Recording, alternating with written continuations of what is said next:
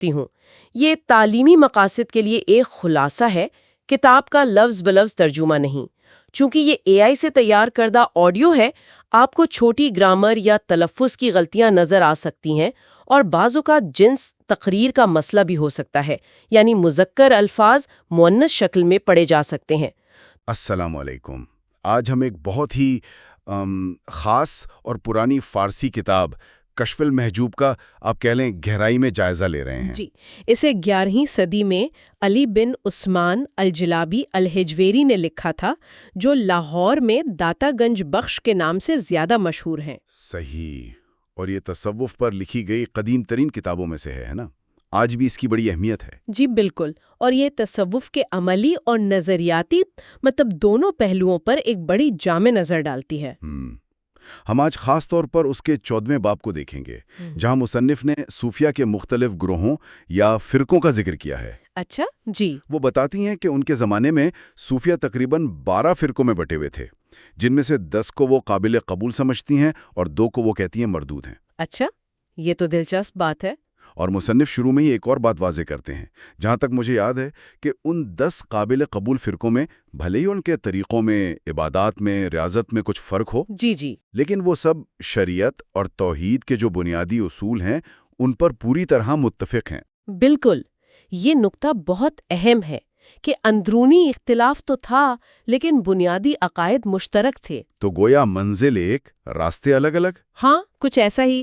تو آج ہم ان میں سے چند اہم فرقوں کے جو بنیادی نظریات ہیں اور ان کی کیا خاص پہچان ہے، اس پر بات کریں گی، جیسا کہ کتاب میں بیان ہوا ہے۔ ٹھیک ہے۔ کوشش کریں گے کہ ان کے مرکزی خیالات کو سمجھیں اور دیکھیں کہ وہ ایک دوسرے سے کیسے مختلف تھے۔ زبردست۔ تو آئیے سب سے پہلے محاسبی فرقے سے شروع کرتے ہیں۔ ان کے بانی حارث المحاسبی تھے۔ ان کے بارے میں کیا خاص بات بتائی گئی ہے کتاب میں؟ جی، حارث المحاسبی اپنے وقت کے بڑے عالم مانے جاتے تھے۔ علم کلام، فقہ اور تصوف تینوں میں ماہر تھے۔ ان کی پہچان ان کے مرکزی نظریے رضا سے ہے، یعنی اللہ کی مرضی پر ہر حال میں خوش رہنا۔ رضا؟ جی، اور ان کی خاص بات یہ تھی کہ انہوں نے کہا کہ رضا جو ہے وہ مقامات میں سے نہیں ہے بلکہ احوال میں سے ہے۔ اچھا، یہ مقام اور حال کا فرق، یہ تھوڑا سا اگر آپ واضح کر دیں، یہ تصوف میں کافی استعمال ہوتی ہیں یہ اصطلاحات۔ جی ضرور۔ کتاب کے مطابق مقام یعنی اسٹیشن وہ روحانی درجہ ہے جہاں بندہ اپنی کوشش سے، مجاہدے سے پہنچتا ہے اور پھر اس کے تقاضے پورے کرتا ہے۔ جیسے توبہ کرنا، یا دنیا سے بے رغبتی یعنی زہد اختیار کرنا، یا اللہ پر توکل کرنا، یہ ایک طرح سے کمائی ہوئی چیز ہے۔ صحیح۔ جبکہ حال یعنی اسٹیٹ وہ ایک ایسی کیفیت ہے جو اچانک اللہ کی طرف سے دل پر وارد ہوتی ہے، جیسے محبت کا جوش آ گیا یا روحانی قبض و بسط کی کیفیت طاری ہو گئی۔ یہ کمائی نہیں جاتی، یہ عطا ہوتی ہے۔ اچھا، تو محاسبی کے نزدیک رضا کمانے والی چیز نہیں بلکہ ملنے والی چیز ہے؟ مطلب یہ کوشش کا نتیجہ نہیں، اللہ کا تحفہ ہے؟ بالکل بالکل، یہی نقطہ ہے۔ محاسبے کے بقول رضا دل کا سکون ہے ان واقعات کے تحت جو قضائے الہی سے جاری ہوتے ہیں، یعنی جو بھی ہو رہا ہے دل اس پر مطمئن ہے۔ کتاب میں اس کی 2 قسمیں بھی بتائی ہیں، ایک اللہ کی بندے سے رضا اور دوسری بندے کی اللہ سے رضا، اور یہ بھی کہ اللہ کی رضا پہلے آتی ہے۔ اس نظریے کی کوئی عملی مثال یا کوئی شکل دی گئی ہے کتاب میں؟ ہاں، کئی مثالیں ہیں۔ جیسے ایک واقعہ موسیٰ علیہ السلام کا ہے کہ انہوں نے اللہ سے پوچھا کہ وہ کون سا عمل کریں جس سے اللہ راضی ہو، تو جواب ملا کہ اللہ کی قضا پر راضی رہنا ہی اس کی رضا کا باعث ہے۔ سبحان اللہ۔ یا ایک درویش کا واقعہ ہے کہ وہ دریا میں گر گئے تو کسی نے پوچھا کیا چاہتے ہو، تو انہوں نے کہا اللہ جو چاہتا ہے۔ یہ مکمل سپردگی ہے، اپنی خواہش کی نفی ہے۔ یہ تو مکمل تسلیم کی کیفیت ہوئی۔ کیا محاسبی صرف اسی اندرونی کیفیت پر ہی زور دیتے تھے یا ظاہری اعمال کا بھی کچھ ذکر ہے؟ اگرچہ رضا تو اندرونی کیفیت ہے، لیکن محاسبی عملی پہلوؤں پر بھی زور دیتے تھے۔ مثلا وہ ایسے کاموں سے بچنے کا کہتے تھے جن سے بدعت کا شبہ ہو، چاہے وہ اصولی طور پر ٹھیک ہی کیوں نہ ہو۔ اچھا، یعنی ظاہر اور باطن دونوں کی پاکیزگی اہم تھی۔ ٹھیک ہے، تو محاسبی کا زور تو رضا پر تھا۔ اب اگلے فرقے کی طرف چلتے ہیں، تیفوری۔ ان کے بانی تو بہت مشہور بزرگ تھے، بایزید بستامی۔ جی ہاں، ابو یزید تیفور بن عیسیٰ بسطامی، ان کا جو مکتبہ فکر ہے وہ سکر یعنی روحانی مستی اور غلبہ یعنی وجد کی کیفیت پر زور دیتا تھا۔ سکر، جی ان کا ماننا تھا کہ یہ کیفیات بندے کے اختیار سے باہر ہیں، یہ بھی ایک طرح سے اللہ کی عطا ہی ہیں۔ یہ سکر یعنی انٹاکسیکیشن کا نظریہ، یہ تو سوہو یعنی سوبرائٹی، روحانی ہوش کے نظریے کے مقابلے میں آتا ہے نا، جس کے قائل شاید جنید بغدادی تھے۔ بالکل بالکل، ان دونوں میں کیا بنیادی فرق بتایا گیا ہے اور کون سی حالت افضل سمجھی جاتی تھی ان کے ہاں؟ یہ تصوف کی ایک بہت کلاسیکی بحث ہے۔ بایزید اور ان کے پیروکار سکر کو افضل سمجھتے تھے۔ اچھا، کیوں؟ ان کی دلیل یہ تھی کہ سکر کی حالت میں انسان کی اپنی صفات، جو کہ اصل میں حجاب ہیں، وہ فنا ہو جاتی ہیں اور وہ ذات حق کے زیادہ قریب ہو جاتا ہے۔ وہ قرآن سے مثال بھی دیتے ہیں کہ جیسے نبی اکرم صلی اللہ علیہ وسلم معراج میں یا جنگ بدر میں جب انہوں نے کنکر پھینکے تو وہ ایک خاص کیفیت، آپ کہہ لیں سکر میں تھے، اس لیے اللہ نے ان کے فعل کو اپنا فعل قرار دیا۔ وَمَا رَمِيتَ إِذْ رَمِيتَ وَلَكِنَّ اللَّهَ رَمَى والی آیت۔ جی بالکل وہی۔ اور پھر جنید بغدادی جو سہو یعنی ہوش کو ترجیح دیتے تھے، ان کی کیا دلیل تھی؟ جنید اور ان کے ماننے والوں کا موقف تھا کہ نہیں، سہو افضل ہے۔ ان کا کہنا تھا کہ سکر میں تو عقل مغلوب ہو جاتی ہے، جبکہ معرفت اور حقیقت تک پہنچنے کے لیے ہوش و حواس کا قائم رہنا ضروری ہے۔ صحیح۔ سہو کی حالت میں ہی بندہ شریعت کے احکام پر قائم رہ سکتا ہے اور چیزوں کو ان کی اصل حقیقت کے مطابق دیکھ سکتا ہے۔ وہ موسیٰ علیہ السلام کی مثال دیتے ہیں کہ وہ تجلی دیکھ کر بے ہوش ہو گئے، یعنی سکر میں چلے گئے، جبکہ نبی اکرم صلی اللہ علیہ وسلم معراج میں کامل سہو یعنی ہوش کی حالت میں دیدار کرتے رہے۔ تو خود مصنف الحجویری وہ کس طرف زیادہ مائل نظر آتے ہیں؟ الحجویری خود جنیدی مکتب فکر کی پیروکار تھیں، تو وہ سہو کو ہی ترجیح دیتی ہیں۔ وہ اپنے شیخ کا قول بھی نقل کرتی ہیں کہ سکر بچوں کا کھیل ہے، سہو مردوں کا میدان فنا۔ اچھا۔ جی، وہ سمجھتی ہیں کہ سکر کا کمال بھی سہو ہی ہے، یعنی مستی کے بعد ہوش میں واپس آنا اور پھر اس کیفیت کو سنبھالنا، یہ زیادہ اونچا درجہ ہے۔ تو گویا ایک مکتبہ فکر وجد اور مستی کو اہمیت دے رہا ہے، دوسرا ہوش میں رہ کر سنبھل کر چلنے کو۔ یہ تنوع واقعی بڑا دلچسپ ہے۔ اچھا، اب نوری فرقے کی طرف آتے ہیں، ان کی کیا خاص بات تھی؟ خصوصیت تھی، وہ تھی ایثار، یعنی دوسروں کو اپنے اوپر ترجیح دینا۔ ایثار؟ جی، وہ صحبت یعنی مل جل کر رہنے کو بہت اہمیت دیتے تھے اور گوشہ نشینی کو پسند نہیں کرتے تھے۔ ان کے نزدیک تو صحبت بغیر ایثار کے جائز ہی نہیں۔ ایثار کا مطلب تو یہی ہوا نا کہ اپنے ساتھی کا حق، اس کی ضرورت، اس کو اپنی ضرورت پر مقدم رکھا جائے۔ بالکل، اس کی بنیاد بھی وہ قرآن کی آیت سورہ حشر آیت 9 بتاتی ہیں، جس میں انصار کی تعریف ہے کہ وہ مہاجرین کو اپنی جانوں پر ترجیح دیتے تھے، چاہے خود ضرورت مند ہوں۔ جی، نوری کے نزدیک یہی صوفیانہ صحبت کی روح تھی، اپنی دلچسپی کو دوست کی دلچسپی پر قربان کر دینا۔ کتاب میں اس کی کوئی خاص مثال ہے جو اس نظریے کو بالکل واضح کر دے؟ سب سے مشہور واقعہ تو خود نوری کا اور ان کے دو ساتھی تھے رقام اور ابو حمزہ، ان کی گرفتاری کا ہے۔ اچھا۔ جی، جب خلیفہ نے تینوں کے قتل کا حکم دے دیا تو نوری سب سے پہلے آگے بڑھے اور جلاد سے کہا کہ پہلے مجھے قتل کرو۔ اللہ اکبر۔ جب وجہ پوچھی گئی تو کہا کہ میں اپنی زندگی کے یہ چند لمحے اپنے ان بھائیوں پر قربان کرنا چاہتا ہوں، اور انہوں نے یہ بھی کہا کہ دنیا کا ایک لمحہ آخرت کے 1000 سال سے بہتر ہے، کیونکہ یہاں خدمت کا موقع ہے اور وہاں قربت کا، اور قربت خدمت سے ہی ملتی ہے۔ کمال ہے۔ خلیفہ ان کی اس بات سے اور اس ایثار سے اتنا متاثر ہوا کہ اس نے سب کو رہا کر دیا۔ واہ، یہ تو واقعی ایثار کی انتہا ہے۔ تو گویا نوری کے نزدیک روحانیت صرف اپنی ذاتی کیفیت کا نام نہیں، بلکہ دوسروں کے ساتھ تعلق اور ان کے لیے قربانی کا نام بھی ہے۔ جی بالکل، ان کے نزدیک روحانی قربانی یعنی بذل روح، یہی تصوف کا اصل جوہر ہے۔ صرف اپنی عبادت میں لگے رہنا یا اپنی حالت میں گم رہنا کافی نہیں۔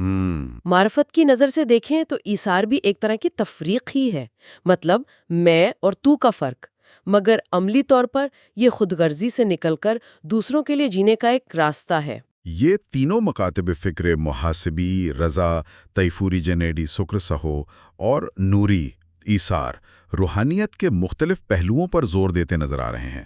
اب آخری مکتب فکر جس کا ہم آج ذکر کریں گے، سہالی، ان کا راستہ کیا تھا؟ سہالی فرقے کے بانی تھے سہل بن عبداللہ تستری۔ ان کا مرکزی نقطہ تھا مجاہدہ، یعنی نفس کے خلاف سخت کوشش اور ریاضت کرنا۔ مجاہدہ۔ جی، ان کا ماننا تھا کہ نفس کو قابو کیے بغیر روحانی ترقی ممکن ہی نہیں۔ مجاہدہ یعنی نفس کشی، یہ تو تصوف کا ایک بہت ہی عام اور بنیادی تصور لگتا ہے۔ سہالی فرقے کی اس میں کیا خاص بات تھی؟ کیا وہ اس میں کچھ زیادہ شدت پسند تھے؟ ہاں، کچھ ایسا ہی سمجھ لیں۔ سہل تستری کا نظریہ تھوڑا سا آپ کہہ سکتی ہیں انتہا پسندانہ سمجھا جاتا ہے۔ وہ سمجھتے تھے کہ مجاہدہ ہی مشاہدہ یعنی اللہ کی قربت یا دیدار کی براہ راست علت یعنی سبب ہے۔ اچھا، یعنی جتنی سخت کوشش کرو گے اتنا ہی اونچا مقام ملے گا۔ جی، ان کا خیال کچھ ایسا ہی تھا۔ وہ یہاں تک کہتے تھے کہ دنیا میں طلب یعنی کوشش کی زندگی آخرت میں وصول یعنی پانے کی زندگی سے بھی افضل ہے۔ یہ تو کافی متنازع بات لگ رہی ہے۔ کیا دوسرے صوفیہ اس سے متفق تھے؟ نہیں، بالکل نہیں۔ اس پر شدید اختلاف تھا۔ زیادہ تر صوفیہ کا ماننا تھا کہ قربت ہو یا مشاہدہ، یہ محض اللہ کے فضل اور رحمت سے ملتا ہے، انسانی کوشش یا مجاہدے سے نہیں۔ مجاہدے کا مقصد تو نفس کی اصلاح کرنا ہے، اسے پاک کرنا ہے، نہ کہ اللہ کی قربت کو حاصل کرنا یا اس کا حقدار بننا۔ یعنی مجاہدہ ایک چیز ہے، مشاہدہ دوسری؟ جی، وہ کہتے تھے کہ مجاہدہ انسانی فعل ہے اور مشاہدہ یا قربت اللہ کی عطا ہے، ایک دوسرے کا سبب نہیں بن سکتے۔ نجات تو رحمت سے ہے، اعمال سے نہیں۔ تو پھر الحاجویری اس اختلاف کو کیسے دیکھتے ہیں؟ کیا وہ کوئی درمیانی راہ نکالتے ہیں؟ الحاجویری دونوں نکات کو تسلیم کرتے ہوئے ایک توازن قائم کرنے کی کوشش کرتی ہیں۔ وہ کہتی ہیں کہ یہ اختلاف زیادہ تر لفظی ہے۔ اچھا۔ حقیقت یہ ہے کہ مجاہدہ یا کوشش اللہ کی توفیق اور مدد کے بغیر ممکن ہی نہیں، جس کو آپ مشاہدے کا ابتدائی جھلک بھی کہہ سکتی ہیں۔ صحیح۔ اور دوسری طرف مشاہدہ یا قربت کی جو حالت ہے وہ مجاہدے یعنی شریعت پر استقامت اور نفس کی نگرانی کے بغیر قائم نہیں رہ سکتی۔ تو گویا دونوں ضروری ہیں؟ جی، دونوں لازم و ملزوم ہیں، لیکن مجاہدہ بذات خود قربت کی علت یعنی کوز نہیں ہے، بلکہ ایک ذریعہ یا شرط ہو سکتا ہے۔ اصل چیز اللہ کا فضل ہی ہے۔ تو پھر مجاہدے کا اصل مقصد کیا ہوا اگر یہ براہ راست قربت نہیں دلاتا؟ الحجریری کی تشریح کے مطابق مجاہدے کا اصل مقصد ہے نفس امارہ، یعنی برائی کی طرف مائل کرنے والی جو ہماری فطرت ہے اس کی مخالفت کرنا، اس کی چھپی ہوئی جو خباثتیں ہیں ان کو ظاہر کرنا اور اسے قابو میں لانا۔ یہ تزکیہ نفس کا عمل ہے۔ یہ نفس کے جوہر کو، اس کی اصل کو بدل نہیں سکتا، لیکن اس کی بری صفات کو دبا سکتا ہے یا ان کا رخ بدل سکتا ہے۔ جیسے مثال دیتی ہیں کہ جنگلی گھوڑے کو سدھایا جا سکتا ہے، وہ گدھا نہیں بن جاتا لیکن قابو میں آ جاتا ہے۔ اچھا، یعنی نفس کو مکمل طور پر ختم کرنا مقصد نہیں بلکہ اسے کنٹرول کرنا ہے۔ بالکل۔ کتاب میں کئی واقعات بھی ہیں جہاں بزرگوں نے نفس کو کسی ٹھوس شکل میں دیکھا، کبھی کتا، کبھی لومڑی، کبھی سانپ، جس سے یہ ثابت ہوتا ہے کہ صوفیہ اسے صرف ایک خیال نہیں سمجھتے تھے بلکہ ایک حقیقی اندرونی قوت مانتے تھے۔ حدیث میں بھی تو اسے بدترین دشمن کہا گیا ہے نا؟ جی بالکل۔ تو مجاہدے کا مقصد اس دشمن کو مارنا نہیں بلکہ اسے قیدی بنانا ہے یا اس کی طاقت کو خیر کی طرف موڑنا ہے، اور یہ بھی وہ کہتی ہیں اللہ کی مدد کے بغیر ممکن نہیں۔ تو گویا سہلی مکتب فکر نفس کے خلاف جدوجہد پر سب سے زیادہ زور دیتا ہے، لیکن اس میں بھی آخری بات اللہ کے فضل اور اس کی مدد پر جا کر ٹھہرتی ہے۔ جی ہاں، یہی نقطہ اہم ہے۔ اگرچہ ان کے ہاں کوشش اور ریاضت پر بہت زور ہے، لیکن حتمی نتیجہ فضل الہی پر ہی منحصر ہے۔ خود سہل تستری کے ہاں بھی ایسے اقوال ملتے ہیں جو اسی طرف اشارہ کرتے ہیں۔ آج ہم نے کشف المحجوب کی روشنی میں چند اہم صوفی مکاتب فکر کا ایک مختصر سا جائزہ لیا۔ محاسبیوں کی رضا اور احوال پر توجہ، سیلیوں کا مجاہدہ اور نفس کشی پر زور، یہ سب راستے بظاہر مختلف لگتے ہیں لیکن ان میں کچھ مشترک دھاگے بھی نظر آتے ہیں۔ یقیناً ایک مشترک بات تو یہی ہے کہ سب کا مقصد اللہ کی معرفت اور قربت ہی ہے۔ دوسرا، باطنی کیفیات اور نفس کی اصلاح پر سبھی زور دے رہے ہیں، چاہے ان کے طریقے مختلف ہوں۔ صحیح۔ تیسرا، یہ انسانی کوشش اور خدائی فضل کے درمیان جو تعلق ہے، جو توازن ہے، یہ سوال ہر جگہ موجود ہے۔ ہاں، یہ بات تو ہر جگہ آئی۔ اور چوتھا، بالآخر اللہ کی مرضی کے سامنے سر تسلیم خم کرنے کا جو تصور ہے، وہ بھی کم و بیش سب کے ہاں پایا جاتا ہے۔ یہ واقعی ایک بہت وسیع اور گہرا موضوع ہے۔ اچھا، آخر میں ایک نقطہ جو اس ساری گفتگو سے ابھرتا ہے اور شاید غور طلب بھی ہے۔ ہم نے دیکھا کہ نفس کو ایک حقیقت مانا گیا، ایک بڑا دشمن جس کے خلاف سخت مجاہدہ ضروری ہے، جی، لیکن ساتھ ہی یہ بھی مانا گہرا کہ یہ مکمل طور پر فنا نہیں ہوتا، اور اس پر قابو پانے یا اس کی اصلاح میں بھی حتمی کردار اللہ کے فضل اور اس کی مدد کا ہے۔ یہ ایک بڑی دلچسپ کشمکش ہے۔ ایک طرف اپنی پوری طاقت سے ایک اندرونی دشمن سے لڑنے کی تلقین ہو رہی ہے، ہاں، دوسری طرف یہ احساس بھی دلایا جا رہا ہے کہ اصل کامیابی اپنی کوشش سے نہیں بلکہ کسی بیرونی بالائی مدد سے ہی ملے گی۔ بالکل۔ تو یہ سوچنا کہ یہ جو تضاد ہے یا یہ کشمکش ہے کہ اپنی پوری کوشش بھی کرنی ہے اور نظر رحمت الہی پہ بھی رکھنی ہے، یہ آج کے دور میں جب لوگ خود کو بہتر بنانے یا روحانی سکون کی تلاش میں ہوتے ہیں، ان کے سفر میں کیا معنی رکھتی ہے؟ یہ سننے والوں کے لیے ایک اچھی ذہنی ورزش ہو سکتی ہے۔ بہت خوب۔ اس نقطے پر غور کرنا یقیناً دلچسپ ہوگا۔ آج ہمارے سامنے ایک بہت ہی دلچسپ ماخذ ہے، ایک قدیم فارسی کتاب ہے، کشف المحجوب۔ اس کے کچھ اقتباسات سنا ہے، فارسی میں تصوف پر یہ اولین کتابوں میں سے ہے۔ جی ہاں، بالکل۔ علی بن عثمان الحجویری کی تصنیف ہے، اور تصوف کی دنیا میں تو یہ آپ سمجھیں ایک سنگ میل کی حیثیت رکھتی ہے۔ اچھا، آج ہم اسی کتاب کو دیکھتے ہوئے یہ سمجھنے کی کوشش کریں گے کہ جو ابتدائی صوفیہ تھے وہ ولایت کو کیسے دیکھتے تھے، یعنی بزرگی جسے سینٹہڈ کہہ لیں، پھر کرامات یعنی اولیاء سے جو معجزات ظاہر ہوتے ہیں ان کی حقیقت کیا تھی، اور پھر وہ گہری کیفیات جیسے فنا وغیرہ۔ بالکل۔ اور کوشش یہ ہوگی کہ صرف تعریفیں نہ دہرائیں بلکہ ان کے پیچھے جو گہرائی ہے، جو بحثیں ہیں، اولیاء کا مقام کیا ہے، ان بنیادی نظریات تک پہنچیں۔ اور کتاب میں کچھ بہت ہی جسے کہتے ہیں نا چونکا دینے والی باتیں بھی ہیں، مثلا یہ خیال کہ کچھ اولیاء کائنات کا نظام چلا رہے ہیں لیکن وہ پوشیدہ ہیں۔ اوہ، جی، اور یہ سوال بھی کہ کیا ولی خود جانتا ہے کہ میں ولی ہوں، یہ بھی ایک بڑی بحث ہے۔ اچھا، تو آئیے پھر شروع کرتے ہیں۔ سب سے پہلے ولایت ہی کو لیتے ہیں۔ کتاب میں اس کا کیا مطلب بتایا گیا ہے؟ یہ صرف نیک ہونا تو نہیں لگتا؟ نہیں، آپ نے صحیح پکڑا، یہ پارسائی سے بہت آگے کی بات ہے۔ متن کہتا ہے کہ ولایت کے کئی پہلو ہیں، اس میں ایک تو تصرف ہے، یعنی ایک طرح کا اختیار، ایک طاقت، پھر اللہ سے خاص قربت ہے، اور سب سے بڑھ کر یہ اللہ کی طرف سے ایک خاص حفاظت اور محبت کا تعلق ہے۔ ولی کا لفظ بھی دیکھیں دو طرح سے استعمال ہوتا ہے، ایک جو اللہ کا دوست ہے اور دوسرا جسے اللہ نے دوستی کے لیے چن لیا ہو۔ اچھا، یعنی ایک ایکٹیو اور پیسو معنی۔ جی بالکل۔ بنیادی بات یہ ہے کہ یہ اللہ کا انتخاب ہے، وہ بندے کو دنیاوی چیزوں سے پاک کرتا ہے اور ایک خاص مقام دیتا ہے۔ تو یہ ایک طرح کا منتخب شدہ محفوظ درجہ ہوا، ایک اسپیشل سٹیٹس۔ بالکل، اور کتاب اس پر بہت زور دیتی ہے کہ یہ صرف کوئی ٹائٹل نہیں ہے، لقب نہیں ہے، یہ ایک حقیقی باطنی کیفیت ہے، ایک حال، اور اس کی تائید وہ کہتے ہیں قرآن و حدیث سے بھی ملتی ہے۔ جیسے قرآن میں ہے، خبردار، بے شک اولیاء اللہ پر نہ کوئی خوف ہے اور نہ وہ غمگین ہوں گے۔ جی سنائیں۔ اور وہ مشہور حدیث قدسی بھی ہے کہ جس نے میرے کسی ولی کو تکلیف دی اس نے مجھ سے جنگ کا اعلان کیا۔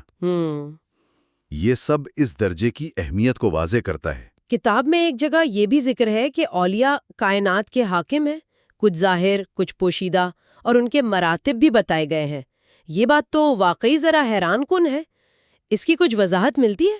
جی، یہ واقعی ایک بہت بڑا دعویٰ ہے۔ متن میں تو ایک پورا درجہ بندی کا نظام بتایا گیا ہے۔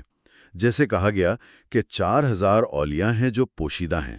4000؟ جی، پھر ان سے اوپر 300 اخیار ہیں، پھر 40 ابدال، 7 ابرار، 4 اوتاد، 3 نقبا، اور سب سے اوپر صرف ایک قطب یا غوث۔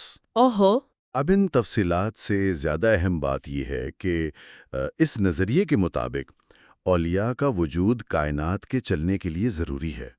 ان کی وجہ سے، ان کی برکت سے بارش ہوتی ہے، فصلیں اگتی ہیں، مسلمانوں کو جنگوں میں فتح ملتی ہے۔ یعنی یہ صرف ذاتی روحانی ترقی نہیں بلکہ ایک کاسمک رول ہے؟ بالکل، کائناتی اہمیت ہے اس کی۔ اور وہ سوال کہ کیا ولی اپنی ولایت سے واقف ہوتا ہے، اس پر کیا رائے ہے؟ اس پر اختلاف رہا ہے۔ کچھ بزرگوں کا خیال تھا، جیسے ابو اسحاق اسفرائینی، کہ ولی کو نہیں پتا ہوتا تاکہ وہ عاجزی میں رہے۔ یہ بھی ایک نکتہ ہے۔ جبکہ دوسرے تھے، جیسے ابو بکر بن فورک، وہ کہتے تھے کہ نہیں، وہ جانتا ہے۔ خود ہجویری صاحب کی دلیل یہ ہے کہ جاننے سے تکبر تو نہیں آئے گا، کیونکہ ولایت کی شرط ہی اللہ کی طرف سے حفاظت ہے۔ اب جسے اللہ خود بچا رہا ہو، وہ بھلا تکبر کیسے کرے گا؟ ایک باطنی کیفیت بھی ہے اور ایک ذمہ داری بھی۔ اچھا، اگر اولیاء کا یہ مقام ہے تو پھر کرامات کا کیا معاملہ ہے؟ یعنی ان سے جو غیر معمولی باتیں ظاہر ہوتی ہیں، یہ نبیوں کے معجزات سے کیسے الگ ہیں؟ یہ بہت اہم سوال ہے۔ کتاب کرامات کو مانتی ہے، کہتی ہے یہ حقیقت ہیں، لیکن شرط یہ ہے کہ شریعت کے خلاف نہ ہو۔ ٹھیک۔ اب فرق یہ ہے کہ نبی کا معجزہ وہ کھلم کھلا ہوتا ہے، دعوے کے ساتھ، چیلنج کے ساتھ۔ جیسے عصا کا سانپ بن جانا؟ بالکل۔ جبکہ ولی کی کرامت اکثر چھپی ہوتی ہے، اس کا مقصد تبلیغ نہیں ہوتا، اور نبی کو اپنے معجزے کا پورا یقین ہوتا ہے۔ ولی کو کبھی شک بھی ہو سکتا ہے کہ یہ اللہ کی طرف سے ہے یا کہیں استدراج تو نہیں، یعنی ڈھیل یا دھوکہ۔ اور سب سے بڑا فرق، انبیاء شریعت لاتے ہیں یا اس میں تبدیلی کر سکتے ہیں، اولیاء تو سختی سے شریعت کے پابند ہوتے ہیں۔ تو پھر یہ سوال نہیں اٹھتا کہ کرامت کہیں نبوت کے مقام کو چیلنج تو نہیں کر رہی؟ نہیں، کتاب کہتی ہے بالکل نہیں، بلکہ ولی کی ہر کرامت حقیقت میں اسی نبی کی سچائی کی دلیل ہے جس کا وہ پیروکار ہے۔ اچھا، یہ کیسے؟ کرامت نبوت کو کمزور نہیں کرتی، اسے مضبوط کرتی ہے۔ جیسے ایک واقعہ بیان کرتے ہیں حضرت خبیب کا۔ انہیں مکہ میں سولی دی جا رہی تھی۔ روایت ہے کہ نبی کریم صلی اللہ علیہ وآلہ وسلم نے مدینہ سے انہیں دیکھا، اور ادھر خبیب نے مکہ سے آپ صلی اللہ علیہ وآلہ وسلم کو دیکھ کر سلام کیا۔ سبحان اللہ۔ تو یہ بے وقت نبی کا معجزہ بھی تھا اور ولی خبیب کی کرامت بھی، اور دونوں ایک دوسرے کی تصدیق کر رہے تھے۔ حضرت ابراہیم خواص اور وہ عیسائی راہب والی کہانی، کیا وہ بھی اسی نقطے سے متعلق ہے؟ مجھے کچھ یاد پڑ رہا ہے۔ جی، وہ بہت دلچسپ کہانی ہے۔ ابراہیم خواص جنگل میں تھے۔ ایک راہب نے ساتھ چلنے کی خواہش ظاہر کی۔ کئی دن گزر گئے، پیاس لگی۔ راہب نے کہا آپ دعا کریں۔ انہوں نے دعا کی تو 2 روٹیاں اور پانی آ گیا۔ کچھ دن بعد پھر ضرورت پڑی۔ اس بار ابراہیم خواص نے راہب سے کہا کہ آپ دعا کریں۔ اس نے دعا کی تو 4 روٹیاں اور پانی آ گیا۔ 4؟ پہلے سے دگنی؟ ابراہیم خواص تو حیران ہوئے ہوں گے۔ بالکل۔ پوچھا کہ یہ کیا ماجرا ہے؟ تو راہب نے بتایا کہ وہ مسلمان ہو چکا ہے، اور اس نے دعا یوں کی تھی کہ اے اللہ، اگر محمد صلی اللہ علیہ وسلم کا دین سچا ہے تو 2 روٹیاں اور پانی دے، اور اگر یہ ابراہیم تیرے ولی ہیں تو مزید 2 روٹیاں اور پانی دے۔ تو اس کی دعا کی قبولیت کا تعلق بھی نبی کی سچائی اور ولی کی ولایت کی تصدیق سے تھا۔ بالکل۔ کرامت خود اپنی ذات میں کوئی طاقت نہیں، وہ ایک نشانی ہے، ایک دلیل ہے۔ یہ تو کرامت کے مقصد کو بالکل واضح کر دیتا ہے۔ اچھا، ایک اور سوال اٹھتا ہے، یہ کرامات جو ہیں یہ ہوش و حواس میں ظاہر ہوتی ہیں، یعنی سہو کی حالت میں، یا بے خودی اور وجد جسے سکر کہتے ہیں اس حالت میں؟ اس پر بھی صوفیہ میں 2 الگ الگ رائے ملتی ہیں۔ ایک گروہ جس میں بازید بستامی، حلاج جیسے بڑے نام ہیں، وہ سمجھتا تھا کہ کرامات اکثر سکر میں ہوتی ہیں، یعنی روحانی مستی، وجد کی کیفیت۔ یعنی جب ولی اپنے آپ میں نہ ہو؟ جی، وہ ہویا خود سے غائب ہے، اس کے حواس اللہ کے قبضے میں ہیں، وہ شعوری طور پر کرامت نہیں کر رہا ہوتا۔ جیسے ایک بزرگ تھے حارثہ، انہوں نے ایک لمحے میں جنت دوزخ دیکھ لیا، لیکن اگلے دن وہ اپنے گدھے چرا رہے تھے، عام زندگی میں۔ تو یہ ایک غیر اختیاری کیفیت ہوئی۔ جی، اور دوسرا نظریہ جسے جنید بغدادی، حکیم ترمذی جیسے بزرگوں نے پیش کیا، وہ سہو پر زور دیتا ہے، یعنی ہوش مندی، بیداری اور تمکین، یعنی استقامت۔ ان کا کیا موقف تھا؟ ان کے نزدیک چونکہ اولیاء پر کائناتی ذمہ داریاں بھی ہیں، جیسے وہ اوتاد کا ذکر آیا کہ دنیا کی نگرانی کرتے ہیں، تو ان کا ہوش میں رہنا، صحیح فیصلے کرنا ضروری ہے۔ ان کے لیے سکر ایک ناپختہ ابتدائی حالت تھی، اصل کمال سہو میں ہے۔ تو یہ ایک طرح کی کشمکش بن گئی کہ باطنی واردات اہم ہے یا ظاہری ذمہ داری، وجد میں رہنا افضل ہے یا ہوش میں رہ کر کام کرنا؟ بالکل، اور یہی کشمکش ہمیں اگلے اہم تصورات کی طرف لے جاتی ہے، فنا اور بقا۔ اس پر خرازیہ مکتبہ فکر نے خاص کام کیا۔ فنا یعنی مٹ جانا اور بقا یعنی باقی رہنا۔ یہ الفاظ سننے میں تو بڑے شدید لگتے ہیں۔ کیا مطلب ہے ان کا؟ کیا انسان ختم ہو جاتا ہے؟ ہاں، پہلا خیال تو یہی آتا ہے کہ فنا یعنی مکمل خاتمہ۔ نہیں، کتاب واضح کرتی ہے کہ ایسا ہرگز نہیں۔ صوفیانہ اصطلاح میں فنا کا مطلب انسان کی ذات، اس کا جوہر ختم ہونا نہیں ہے، بلکہ اس کی جو بری صفات ہیں، اس کی خودی ہے، اس کا نفس ہے، اپنی مرضی کا جو احساس ہے، وہ ختم ہو جاتا ہے۔ اچھا، ابو سعید خراز، جن سے یہ مکتبہ فکر منسوب ہے، انہوں نے اس کی تعریف یوں کی ہے کہ فنا اپنی بندگی کے احساس کا فنا ہو جانا ہے اور بقا اللہ کے مشاہدے میں باقی رہنا ہے۔ تو یہ ایک طرح کی ٹرانسفارمیشن ہے، ڈسٹرکشن نہیں۔ بالکل، یہ بری صفات سے فنا ہو کر اچھی صفات میں بقا پانا ہے۔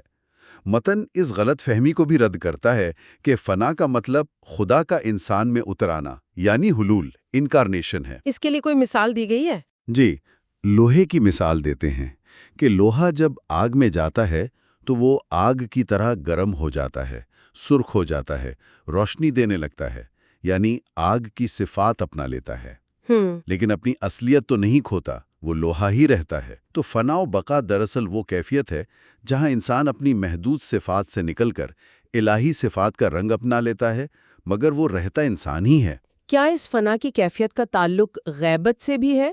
یہ ایک اور اصطلاح استعمال ہوئی ہے کتاب میں۔ جی ہاں، یہ تصورات آپس میں بہت گہرائی سے جڑے ہوئے ہیں۔ غیبت کا مطلب ہے دل کا اللہ کے سوا ہر چیز سے غائب ہو جانا، حتیٰ کہ اپنی ذات سے بھی۔ اور حضور؟ حضور کا مطلب ہے دل کا اللہ کے ساتھ حاضر ہونا۔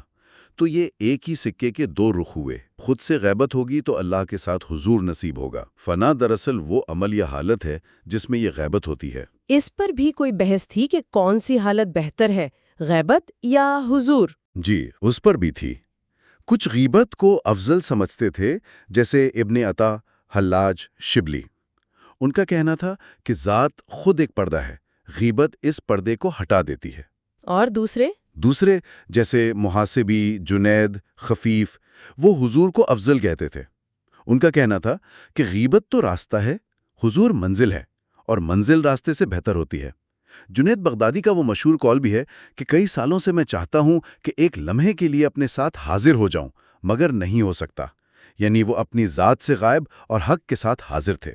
یہ تو خودی سے مکمل طور پر گزر جانے والی بات لگتی ہے، بہت گہری کیفیت ہے۔ ہاں، اور ہجویری کا اپنا نقطہ نظر یہ ہے کہ جب اللہ کی عظمت کا مشاہدہ ہوتا ہے تو دنیاوی خیالات تو کیا، خود فنا کا احساس تک فنا ہو جاتا ہے۔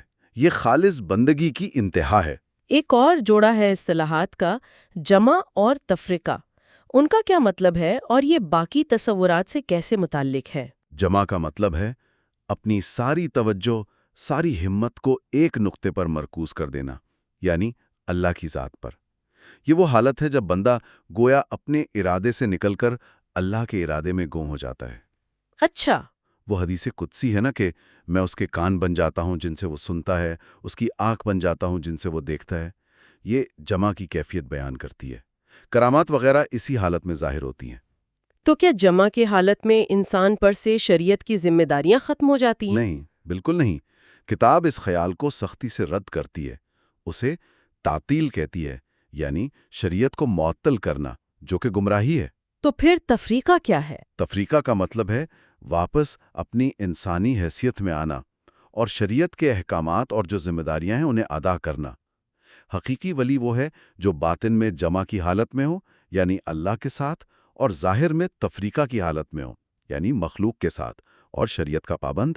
گویا وہ دونوں حالتوں کو بے وقت سنبھالتا ہے۔ جی، کتاب جمع سلامت یعنی صحیح جمع اور جمع تکثیر یعنی ٹوٹی ہوئی جمع میں فرق بھی کرتی ہے۔ صحیح جمع میں اللہ بندے سے حالت وجد میں بھی فرائض ادا کروا لیتا ہے، جیسے بایزید بستامی نماز کے وقت ہوش میں آ جاتے تھے۔ سمجھ گئیں۔ تو گویا یہ تمام باطنی کیفیات، ولایت ہو، کرامت ہو، فنا ہو، جمع ہو، یہ سب شریعت کے حدود کے اندر ہی معتبر ہیں۔ کتاب نے آخر میں اولیاء کا مقام انبیاء اور فرشتوں کے مقابلے میں کیسے واضح کیا ہے؟ بالکل، کتاب بہت واضح طور پر کہتی ہے کہ انبیاء کا مقام اولیاء سے کہیں بلند ہے۔ ولایت جہاں ختم ہوتی ہے وہاں سے نبوت شروع ہوتی ہے۔ اولیاء تو انبیاء کی شریعت کے تابع ہیں اور ان کی سچائی کی دلیل ہیں۔ اور فرشتوں کے مقابلے میں؟ اسی طرح انسانوں کو یعنی انبیاء اور محفوظ اولیاء کو فرشتوں پر فضیلت دی گئی ہے۔ وجہ یہ بتائی گئی کہ انسان نفسانی خواہشات سے لڑ کر کمال حاصل کرتا ہے، جبکہ فرشتوں میں یہ آزمائش نہیں ہے۔ تو خلاصہ یہ ہوا کہ کشف المحجوب کے مطابق ولایت ایک بہت ہی اعلیٰ روحانی درجہ ضرور ہے، مگر یہ ہمیشہ نبوت کے تابع ہے اور شریعت کی پابندی اس کے لیے لازمی ہے۔ جی بالکل، اور خود ولایت بھی وہ کہتے ہیں ایک الہی راز ہے جسے پہچاننا آسان نہیں ہے۔ یہ صرف دعوے سے ثابت نہیں ہوتی بلکہ کردار اور عمل سے ظاہر ہوتی ہے۔ تو خلاصہ یہ ہے کہ ہم نے کشف المحجوب کے ان حصوں کی مدد سے ولایت، کرامات، فنا و بقا اور جمع و تفریقہ جیسے گہرے صوفیانہ تصورات کو سمجھنے کی ایک کوشش کی، اور دیکھا کہ ابتدائی دور میں تصوف کے اندر ان کیفیات اور اولیاء کے مقام پر کتنی باریک اور سنجیدہ بحثیں موجود تھی۔ اس ساری گفتگو کے بعد سننے والوں کے لیے کوئی ایک نقطہ، کوئی سوال چھوڑنا چاہیں گے جس پر وہ خود سوچ سکیں؟ ایک بات جو مجھے بہت دلچسپ لگی، کتاب ایک طرف تو اولیاء کو پوشیدہ، با اثر اور پہچاننے میں مشکل بتاتی ہے، دوسری طرف فنا اور غیبت جیسی کیفیات کا ذکر کرتی ہے جہاں انسان اپنی ذات اور شعور سے بھی گویا ماورا ہو جاتا ہے۔ جی، اب سوچئے، ایسی حالت میں کسی شخص کے اعمال، اس کا رویہ ایک بیرونی دیکھنے والے کو کیسا نظر آئے گا، خاص طور پر اسے جو ان صوفیانہ تصورات سے واقف نہ ہو۔ آج کی دنیا جو ہر عمل کے پیچھے ایک واضح وجہ، ایک شعوری ارادہ ڈھونڈتی ہے، کیا وہ جمع یا غیبت کی حالت میں کیے گئے کسی عمل کو آسانی سے غلط نہیں سمجھ سکتی؟ یہ ایک سوچنے کی بات ہے۔ السلام علیکم۔ آج ہم ایک بہت ہی اہم اور گہری صوفی تصنیف کشف المحجوب پر بات کر رہے ہیں۔ یہ حضرت علی بن عثمان الجلابی الحجویری، جنہیں ہم داتا گنج بخش رحمۃ اللہ علیہ کے نام سے جانتے ہیں، ان کی لکھی ہوئی ہے۔ ہمارے پاس رینالڈ نکلسن کے انگریزی ترجمے کے کچھ حصے ہیں جن سے ہم اس لازوال کتاب کے چند خاص ابواب کو سمجھنے کی کوشش کریں گے۔ وعلیکم السلام۔ جی بالکل، اور آج ہمارا مقصد ان تحریروں کی روشنی میں یہ دیکھنا ہے کہ صوفیہ کرام کا طرز عمل کیسا تھا، ان کے اصول کیا تھے، ان کی باطنی کیفیات جو بڑی پیچیدہ ہیں وہ کیا تھیں، اور خاص طور پر سماع کا معاملہ یعنی سننا، چاہے وہ اللہ کا کلام ہو، شاعری ہو یا موسیقی، اس پر ان کا کیا نقطہ نظر تھا۔ اور یہ بھی کہ 11ویں صدی کی یہ باتیں، یہ دانش آج ہمارے لیے کس طرح متعلق ہو سکتی ہے؟ یقیناً یہ ایک اہم سوال ہے۔ تو چلیں شروع کرتے ہیں۔ سب سے پہلے طرز عمل کی بنیادیں، گفتگو اور خاموشی کے بارے میں کتاب کیا کہتی ہے؟ یہ تو بڑا بنیادی سوال ہے، کب بولیں کب چپ رہیں؟ جی، کتاب اس پر بڑی خوبصورتی سے بات کرتی ہے۔ کہا گیا ہے کہ کلام یعنی بولنا ایک نعمت ہے مگر ساتھ ہی ایک خطرہ بھی۔ اسے شراب سے تشبیہ دی ہے کہ جیسے وہ ذہن پر اثر کرتی ہے، کلام بھی کر سکتا ہے۔ اچھا، جی، تو صوفیاء کا عام خیال یہ ہے کہ بولنا صرف تب چاہیے جب اللہ کے لیے ہو، کوئی دینی فائدہ مقصود ہو، ورنہ خاموشی بہتر ہے۔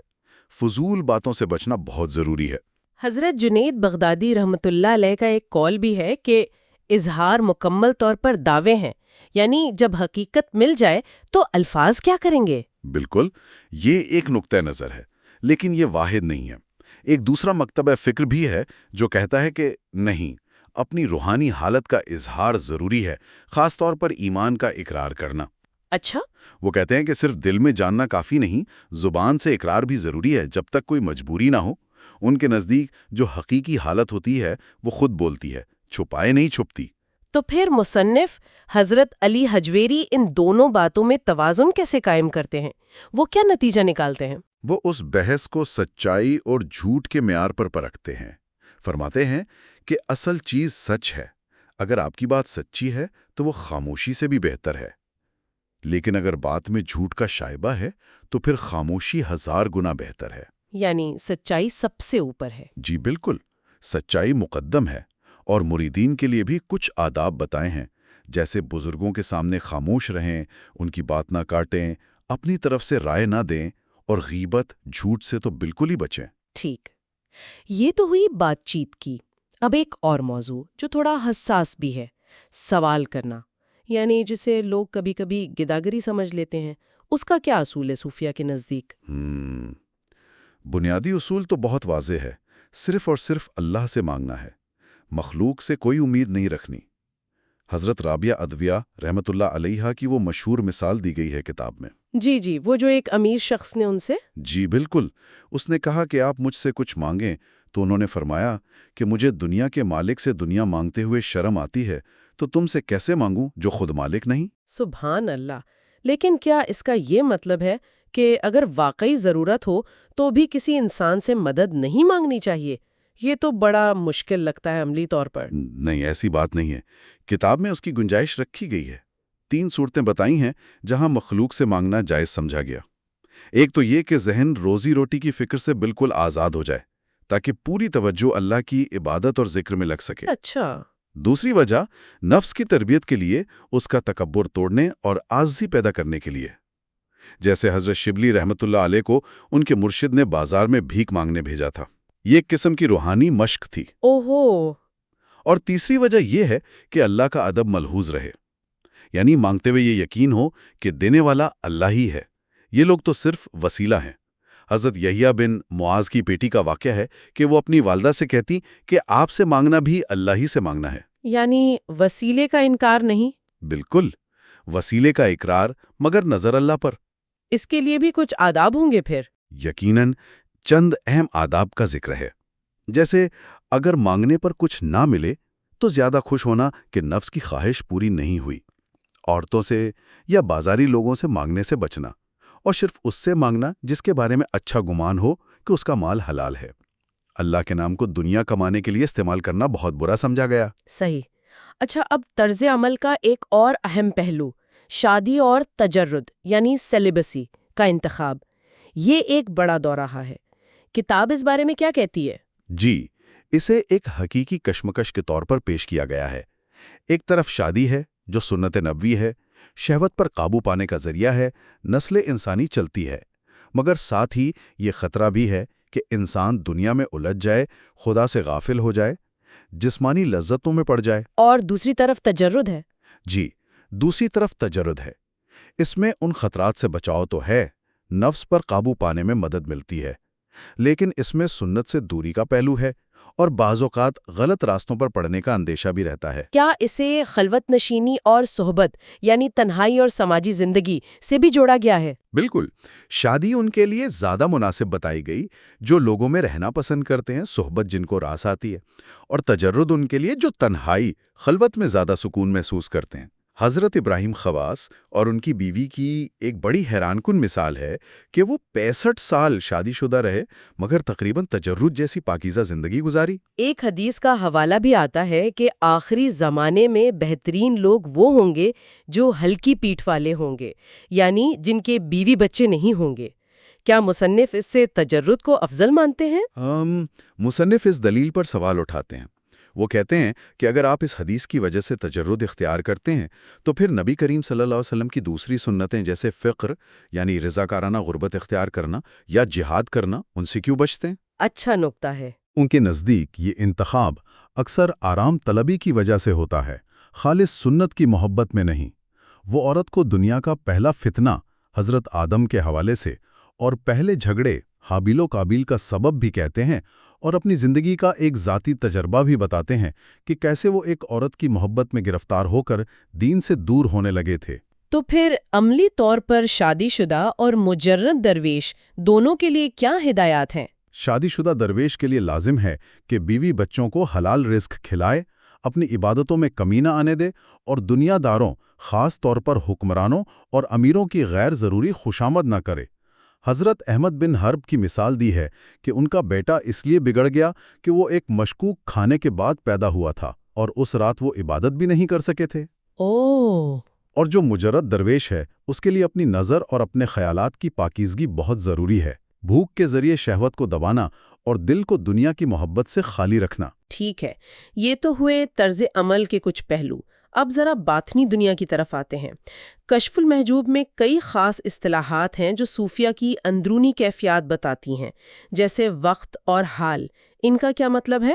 وقت ایک بہت ہی بنیادی تصور ہے۔ اس سے مراد ہے لمحہ موجود، یعنی وہ لمحہ جس میں انسان نہ ماضی کے پچھتاووں میں ہو نہ مستقبل کی فکروں میں، بلکہ پوری طرح اللہ کے ساتھ حاضر ہو۔ نبی کریم صلی اللہ علیہ وسلم کا وہ مشہور قول ہے نا کہ میرا اللہ کے ساتھ ایک ایسا وقت ہوتا ہے جس میں کوئی مقرب فرشتہ یا نبی مرسل بھی میرا ہمسر نہیں ہو سکتا۔ جی، یہ مکمل یکسوئی کی حالت ہے، اور حال وہ روحانی کیفیت یا تجربہ ہے جو اللہ کی طرف سے اس وقت پر وارد ہوتا ہے، اسے سجاتا ہے۔ یہ ایک عطیہ ہے۔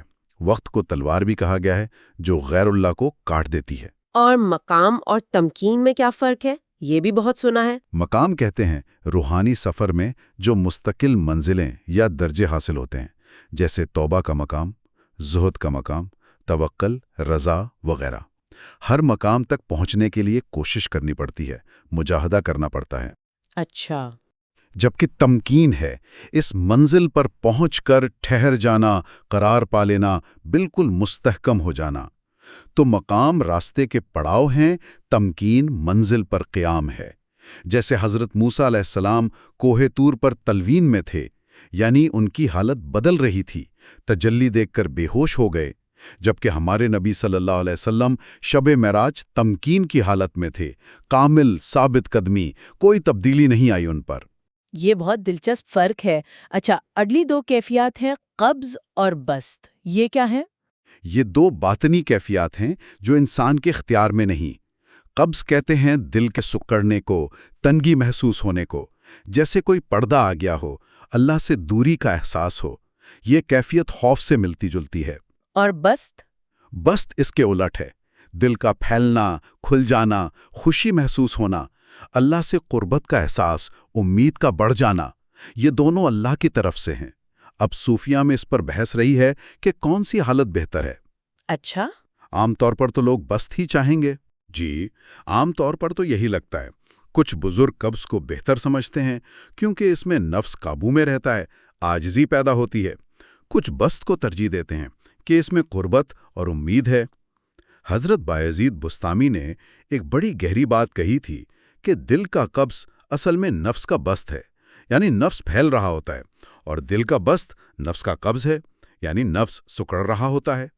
یہ واقعی گہری بات ہے۔ یعنی جسے ہم منفی سمجھ رہے ہیں اس میں بھی شاید کوئی حکمت ہو۔ بالکل، صوفیہ کا یہی پیغام ہے کہ دونوں حالتوں کو اللہ کی طرف سے جان کر قبول کریں۔ اچھا، اگلی دو اصطلاحات ہیں انس اور ہیبت۔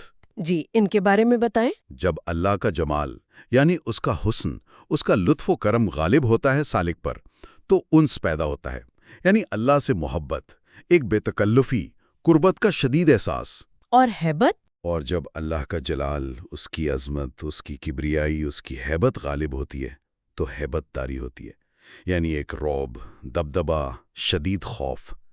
اس پر بھی بحث ہوئی کہ کیا اللہ سے انس ممکن ہے، کیونکہ انس تو عام طور پر اپنی جیسی چیز سے ہوتا ہے۔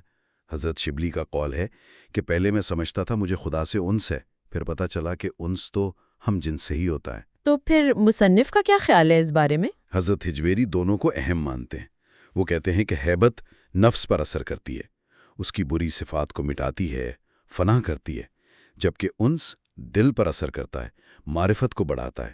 گویا اللہ اپنے پیاروں کے نفس کو اپنے جلال سے مٹاتا ہے اور ان کے دلوں کو اپنے جمال سے ہمیشہ کی زندگی دیتا ہے۔ یعنی دونوں ضروری ہیں۔ جی، فنا کے راستے والے ہیبت کو اور بقا کے راستے والے انس کو زیادہ اہمیت دیتے ہیں۔ اور آخری جوڑا شریعت اور حقیقت، یہ تو بہت عام اصطلاحات ہیں، لیکن کشف المحجوب میں ان کی کیا خاص وضاحت ہے؟ شریعت سے مراد ہیں ظاہری احکام، عبادات، جن پر عمل کرنا فرض ہے۔ یہ وقت کے ساتھ بدلتی بھی رہی ہیں، جیسے پچھلی امتوں کی شریعتیں منسوخ ہوئیں۔ حقیقت سے مراد ہے باطنی سچائی، اللہ کی معرفت اور اس کی طرف سے حفاظت۔ یہ ہمیشہ سے ایک جیسی ہے، کبھی نہیں بدلتی۔ اور ان کا آپس میں تعلق؟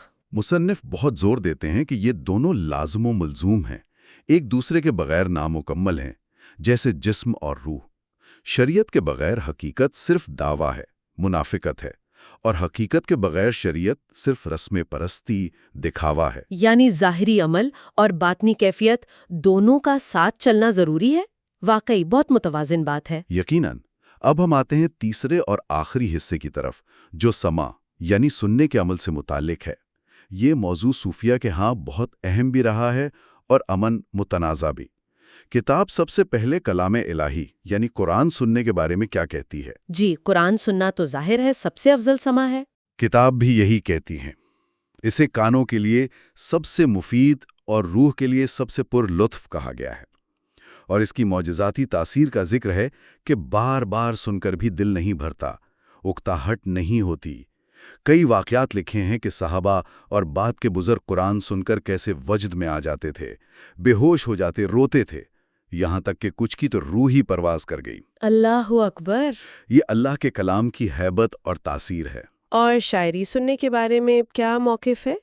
اسے بھی جائز کہا گیا ہے، لیکن شرط یہ ہے کہ اس کا مضمون اچھا ہو۔ دلیل یہ دی ہے کہ خود نبی کریم صلی اللہ علیہ وسلم نے شاعروں سے کلام سنا، اچھے شعر کی تعریف کی، فرمایا کہ بعض شعر یقیناً حکمت ہوتے ہیں۔ آپ نے لبید کا وہ مصرع سنا تھا نا؟ خبردار، اللہ کے سوا ہر شے باطل ہے۔ تو فرمایا یہ عرب کا سب سے سچا کلام ہے۔ لیکن یقیناً اس میں بھی کوئی حد ہوگی۔ کیا ہر طرح کی شاعری یا موسیقی سننا ٹھیک ہے؟ بالکل نہیں۔ یہاں نیت اور کلام کا مواد بہت اہم ہے۔ اگر شاعری چھوٹی ہے، غیبت ہے، فحش ہے یا کفر کی باتیں ہیں تو وہ حرام ہے، چاہے کتنی ہی اچھی کیوں نہ لگے۔ اور اگر نصیحت ہے، حکمت ہے، اللہ کی قدرت کا بیان ہے، عشق حقیقی کا ذکر ہے تو وہ جائز ہے۔ یعنی مواد پر منحصر ہے۔ جی، اور مصنف بہت سختی سے تنبیہ کرتے ہیں کہ سماع کو غلط کاموں کے لیے بہانہ نہ بنایا جائے۔ جیسے کوئی کہے جی میں تو خوبصورت چہرے میں خدا کو دیکھتا ہوں، یا رقص و سرود کی محفلیں جائز ہیں۔ وہ کہتے ہیں اس طرح تو پھر پوری شریعت ہی ختم ہو جائے گی۔ یہ بہت اہم نقطہ ہے۔ اچھا، خوبصورت آواز اور موسیقی کی اپنی طاقت کے بارے میں کیا کہا گیا ہے؟ خوبصورت آواز کی جو فطری تاثیر ہے اسے مانا گیا ہے۔ حضرت داؤد علیہ السلام کی آواز کا معجزہ بیان کیا ہے کہ پرندے اور جانور جمع ہو جاتے تھے۔ موسیقی پر فقہا کے اختلاف کا ذکر کیا ہے، لیکن صوفیاں کا مقصد تفریح نہیں، روحانی فائدہ حاصل کرنا ہے۔ حضرت ہجویری کا اپنا واضح موقف یہ ہے کہ کسی بھی آواز یا موسیقی کا جائز یا ناجائز ہونا سننے والے پر اس کے اثر سے طے ہوگا۔ یعنی اگر اچھا اثر ہو تو ٹھیک، برا ہو تو غلط۔ بالکل، اگر اس سے دل میں اللہ کی یاد آئے، رقت پیدا ہو، کوئی اچھی کیفیت بنے تو جائز ہے، ورنہ نہیں۔ تو یہ تو بہت شخصی معیار ہوا۔ ایک ہی چیز ایک کے لیے ٹھیک، دوسرے کے لیے غلط ہو سکتی ہے۔ جی، یہی اس کی نزاکت ہے۔ حضرت ذنون مصری کا قول نقل کیا ہے کہ سماع اللہ کی طرف سے ایک پیغام ہے جو سننے والے کو یا تو حق کی طرف بلاتا ہے یا اگر نفس غالب ہو تو گمراہی زندگیت میں ڈال دیتا ہے۔ اسی لیے اثرات مختلف ہوتے ہوں گے۔ جی ہاں، گناہگار سنتا ہے تو شرمندگی محسوس کرتا ہے، اللہ کا مشتاق سنتا ہے تو شوق بڑھتا ہے۔ مبتدیوں اور کاملین کے تجربے میں فرق کا بھی ذکر ہے؟ جی، جو نیا اس راہ پر آیا ہے مبتدی، اس پر اکثر بے چینی، اضطراب طاری ہوتا ہے، وہ سنبھل نہیں پاتا، جبکہ جو کامل پختہ کار صوفی ہے اس پر سکون اور وقار رہتا ہے۔ کتاب میں کئی کہانیاں ہیں لوگوں کے وجد میں جان دینے کی یا بے خود ہونے کی، لیکن اہم بات یہ سمجھنا ہے کہ یہ غیر اختیاری کیفیات تھیں۔ کیا سماع پر جو اعتراضات ہوئے ان کا بھی ذکر ہے؟ ہاں، ان کا اور ان کی وجوہات کا بھی ذکر ہے۔ کچھ بزرگوں نے اس لیے منع کیا کہ بعض احادیث میں اس سے روکا گیا ہے، کچھ کو ڈر تھا کہ ان کے مرید بگڑ نہ جائیں، کچھ عام لوگوں پر ترس کھا کر منع کرتے تھے کہ وہ آداب نہیں نبھا پائیں گے، کچھ اسے غیر ضروری سمجھتے تھے یا مشاہدے یعنی دیکھنے کو سننے سے افضل سمجھتے تھے۔ ابو الحارث اولاسی اور ابلیس کا ایک مکالمہ بھی ہے اسی سلسلے میں۔ اچھا، وہ کیا ہے؟ ابلیس کہتا ہے کہ میں صوفیہ کی سماع کی محفلوں میں جاتا ہوں، اپنا رونا روتا ہوں اور ساتھ ہی انہیں بھٹکانے کی کوشش بھی کرتا ہوں۔ اوہ، اچھا، اب وجد، وجود اور تواجد کی اصطلاحات ہیں، ان میں کیا فرق ہے؟ وجد کا لفظی معنی تو ہے پانا، لیکن صوفی اسے اس شدید روحانی کیفیت، درد، شوق یا غم کے لیے استعمال کرتے ہیں جو اللہ کی طلب میں یا اس کی جدائی کے احساس سے پیدا ہو۔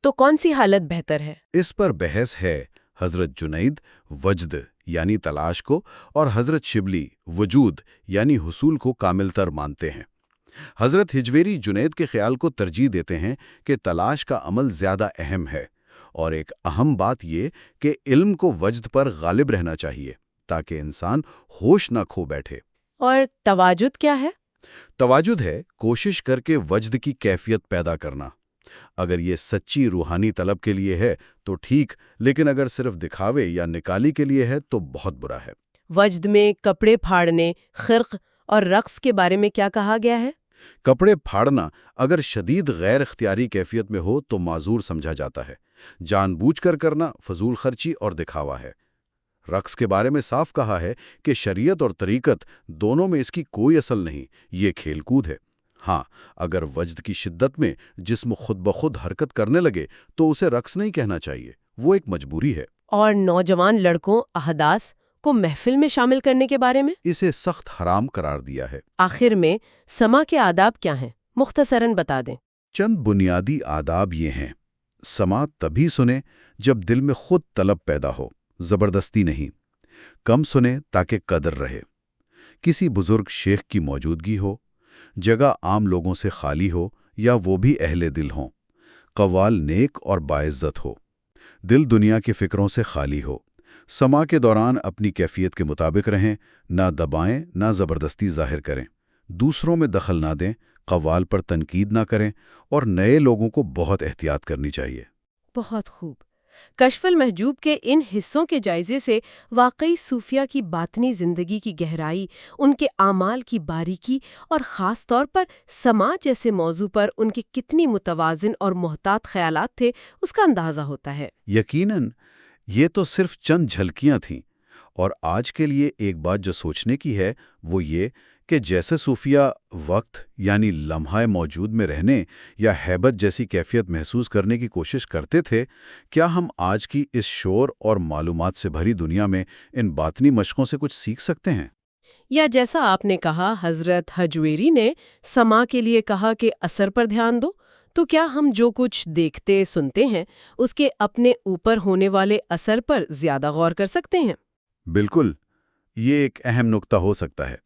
اور یہ سوال بھی کہ ہم اپنی زندگی میں ظاہری اصولوں یعنی شریعت اور باطنی سچائی یعنی حقیقت، ان دونوں کے درمیان وہ توازن کیسے پیدا کریں جس پر کشف المحجوب اتنا زور دیتی ہے۔ یہ یقیناً غور و فکر کے لیے ایک اہم نکتہ ہے۔